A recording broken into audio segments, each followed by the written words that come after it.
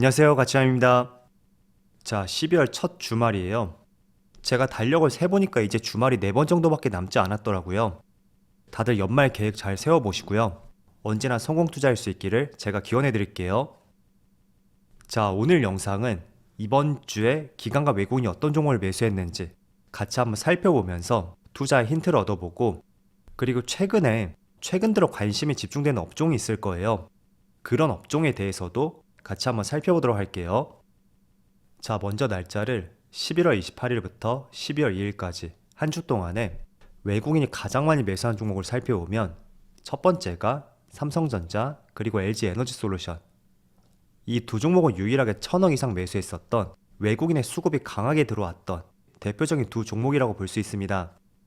그리고 그 뒤를 이어서 두산바켓이 있고, 삼성 SDI, LNF, LG노텍, 신한지주, 이런 종목들이 차례대로 나열이 되어 있어요. 자, 그런데 조금은 특이한 것이 있다면, 같은 반도체 관련주인데도 삼성전자는 3,800억 가장 많이 매수를 했다면, 반대로 SK하이닉스는 2,300억의 순매도가 나왔습니다. 그래서 조금은 외국인의 다른 움직임이 나왔다고 볼 수 있고, 그도 그럴 것이 어제도 한 차례 언급을 해드린 것처럼 하이닉스는 중국발 매출 비중이 상당히 높거든요. 아마 삼성전자가 한 자릿수대라면 하이닉스가 아마 20% 이상 그 정도 될 거거든요. 물론 최근에 중국에서 봉쇄 조치를 완화하고 있다는 긍정적인 기사는 나오고 있어요.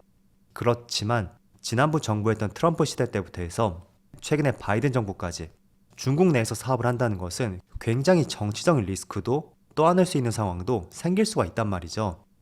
그래서 최근에 중국 내에서 사업을 하고 있는 많은 기업들이 휘청이고 있고, 꼭 국내뿐만 아니라 미국에서도 애플이라든지 테슬라까지 최근에 휘청되는 모습이 나오고 있습니다. 그래서 외국인도 그거를 많이 감안을 하고 있는 것 같아요. 그래서 매수 패턴이 조금은 바뀌었다고 볼 수 있고, 그리고 삼성전자의 수급을 전체적으로 보면 확실히 11월 30일 말일이었죠. 그때를 선으로 나눠서 보면 그 직전에도 외국인의 매수가 있긴 했었어요. 그렇지만 많은 매수세는 아니었고, 물론 매도세가 있다고 하더라도 지금처럼 그렇게 많지는 않았습니다. 그래서 적당히 매수 매도가 반복이 되었다면, 이번 주에는 11월 30일부터 매수가 들어올 때도 많이 들어오고, 또 매도가 나올 때도 크게 매도가 나왔습니다. 그래서 이런 수급의 변화를 보더라도 이번 달에는 어떤 움직임이 나오지 않을까, 그런 생각을 가져볼 수가 있고요.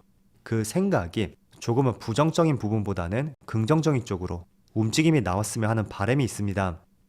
물론 수급 동향을 봐도 어제 한 차례 매도세가 나왔다고 해도 직전에 매수세를 다 포괄할 수 있는 엄청난 순매도 물량이 나온 것은 아니었거든요.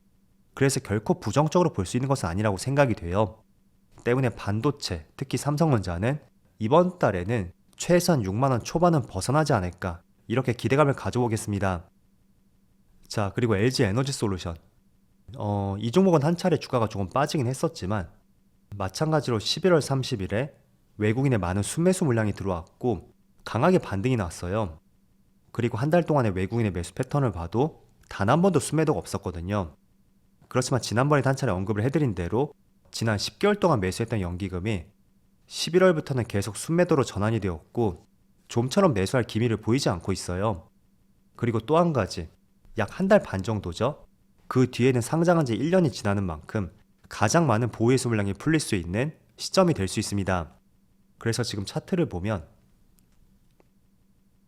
자, 월봉으로 보더라도 상장하고 주가가 많이 빠졌지만 부메랑처럼 돌려 세우면서 지금 가격대가 신고가 근처라는 것을 확인해 볼 수가 있습니다. 자, 당연히 그럴 경우에는 여러분들이 한번 생각해 보세요. 차익 매물이 나오지 않을까요? 저는 그런 생각이 들고요. 물론 그게 변곡점이라는 것은 절대 아니에요. 그렇지만 많은 차익 매물이 나올 수가 있고, 그런 부분을 우리가 조금은 염두를 해둬야 된다, 그렇게 말씀을 드리는 것입니다. 물론 보는 시각에 따라 시간이 남았을 수도 있고, 반대로 촉박하다고도 볼 수도 있겠죠. 그래서 아마 1월 27일인가 그쯤 될 거예요. 그리고 12월에는 연말도 있고, 또 다음 달에는 연휴가 또 있잖아요. 그래서 그런 부분을 감안해 본다면 평일만 보더라도 기간이 그렇게 많이 남아있진 않은 것 같습니다. 그래서 이 점 참조해 보시면 좋을 것 같고, 그리고 세 번째는 두산밥켓. 이 종목은 11월 30일에 외국인의 많은 매수세가 들어왔어요. 그런데 이때 당시에 지분의 5% 정도? 블록딜 물량이 나왔었거든요. 그래서 한 차례 주가에 급락이 나왔었고, 그래서 주가를 보면 한 차례 주가에 급락이 나왔었고,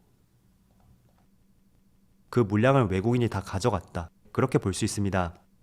그래서 이런 수급은 의미를 둘 수 있는 수급은 아니거든요. 그래서 패스를 하도록 하고, 그렇지만 이 종목은 4분기에 그래도 실적에 대한 기대감이 충분히 있거든요. 그래서 어쩌면 블록딜로 인한 주가의 급락, 이건 하나의 기회로서도 작용이 될 수도 있을 거예요. 그리고 네 번째가 삼성 SDI, LNF, 뭐 2차전지는 다 대동소이한 것 같아요. 다 외국인의 매수가 꾸준히 들어오고 있죠. 그리고 이 두 종목은 저는 12월뿐만 아니라 금리 인상에 대한 정점론, 이런 게 계속 포커싱이 된다면 충분히 계속 나아갈 수 있는 대표적인 종목이라고 보고 있습니다. 그래서 항상 빠질 때는 관심에서 멀리하는 것이 아니라 더 관심을 가져야 된다. 그렇게 말씀을 드릴게요. 자, 그리고 마지막으로 신한지주를 한번 살펴볼게요. 자, 신한지주를 보면 1월 24일부터 외국인의 매수세가 적극적으로 들어오고 있습니다. 그리고 차트를 보면 7월부터 계속 지그재그로 박스권을 만들었었죠. 그런데 최근에는 그 박스권을 조금은 돌파하려는 시도를 보여주고 있어요. 얼마 전에 제가 금융주에 대해서 미국의 국채금리가 하락하고 있고 별다른 이슈가 있는 것도 아닌데 최근 들어서 외국인의 수급이 들어오고 있고 또 상승세도 나오고 있다. 이런 말씀을 드린 적이 있습니다. 제가 조금 더 조사를 해보니까 배당과 관련된 이슈가 있는 것 같아요. 일반적으로 금융주는 고배당주로 분류가 될 수 있고 이제 배당락까지는 거의 4주 정도? 그 정도밖에 남지 않았어요. 그렇다 보니 외국인의 매수가 들어오는 것은 아닐까 그런 생각을 가져볼 수가 있고 또 조금은 신빙성이 있는 것이 지금 시중금리가 정말 많이 올랐잖아요. 그렇다 보니 4대 금융지주가 어마어마한 실적을 거두었습니다. 그래서 그 실적을 베이스로 해서 이번에 평소보다 많은 배당을 줄 것이다 라는 기대감이 있고 과거에는 배당 수익률이 약 5.5% 정도였다면 올해는 평균적으로 7%가 넘을 것이라는 이런 기사 내용도 있더라고요. 그래서 그게 첫 번째 이슈라고 볼 수 있고 또 두 번째는 또 높아진 배당 성향을 들 수 있습니다. 이 배당 성향이라는 것은 배당금을 줄 수 있는 그 규모를 말하거든요. 그래서 과거에는 20%대에 머물렀다면 이번에는 30%, 그 정도 배당 성향을 확대할 것이라는 기대감이 있습니다. 그래서 이 두 가지 종합적인 내용을 보더라도 이번에는 과거와 달리 고배당을 기대해 볼 수 있지 않나 라는 생각을 해볼 수 있는 것 같아요. 그래서 지금 신한지주뿐만 아니라 KB금융, 이 종목도 최근 들어서 이렇게 상승 흐름이 나오고 있고 또 매수 패턴을 보더라도 최근에 외국인의 수급이 꾸준히 들어오고 있어요. 그래서 이런 이슈가 있었다. 이렇게 정리를 해보면 좋을 것 같습니다. 자, 그래서 외국인은 이렇게 정리를 하고요. 이어서 기관. 자, 기관은 ETF를 많이 투자했어요. 확실히 기관이 ETF를 선호하는 것 같고 여기서는 가장 많이 매수했던 것이 바로 현대로템이죠. 자, 현대로템은 지금 기관뿐만 아니라 외국인까지 꾸준히 매수세가 들어오고 있습니다. 그리고 차트를 보면 자, 차트상으로 보면 지난달부터 많은 상승이 나왔거든요.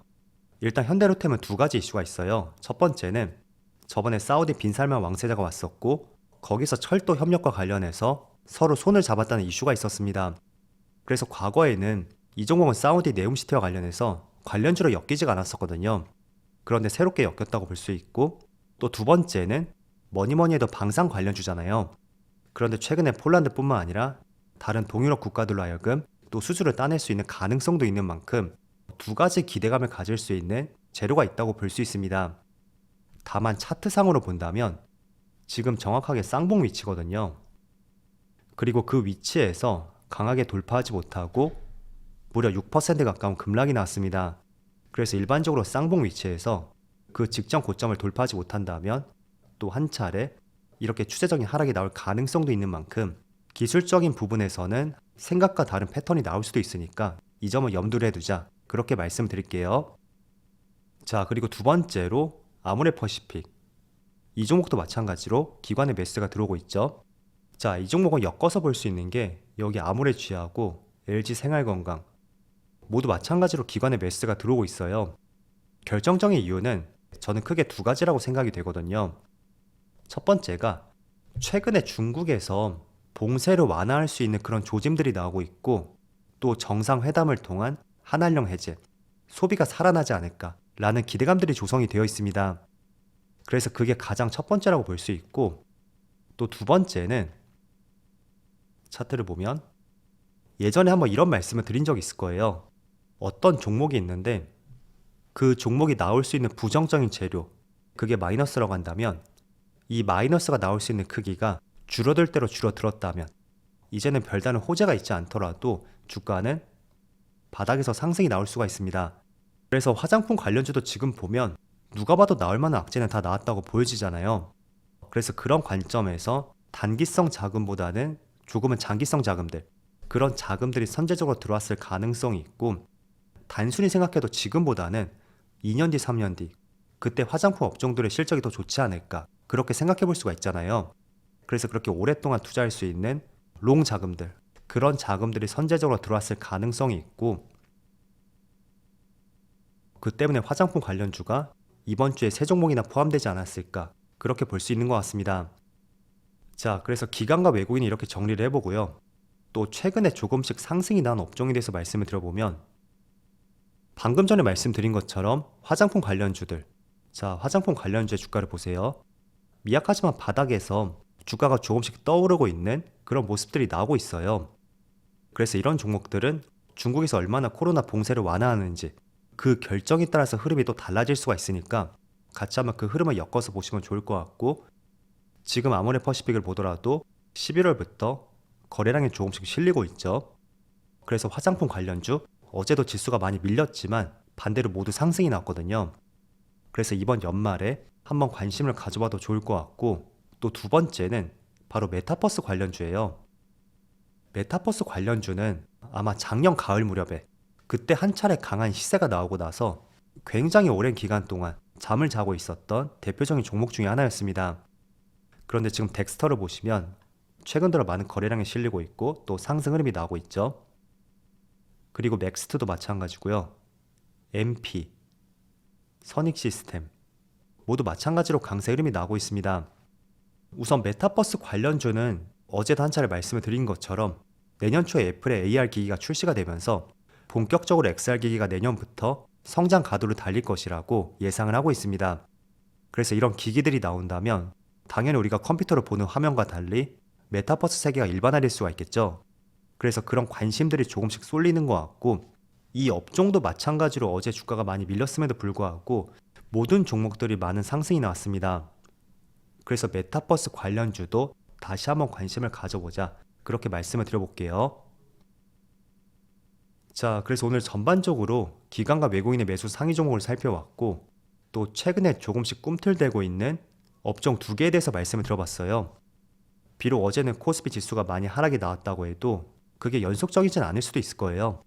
그래서 다음 주 월요일부터는 다시 시장이 또 빨간불이 들어올 수 있기를 한번 기대해 보겠습니다. 자, 그럼 오늘 영상 여기서 마치도록 하고요. 언제나 여러분들의 성공 투자를 기원하도록 하겠습니다. 감사합니다.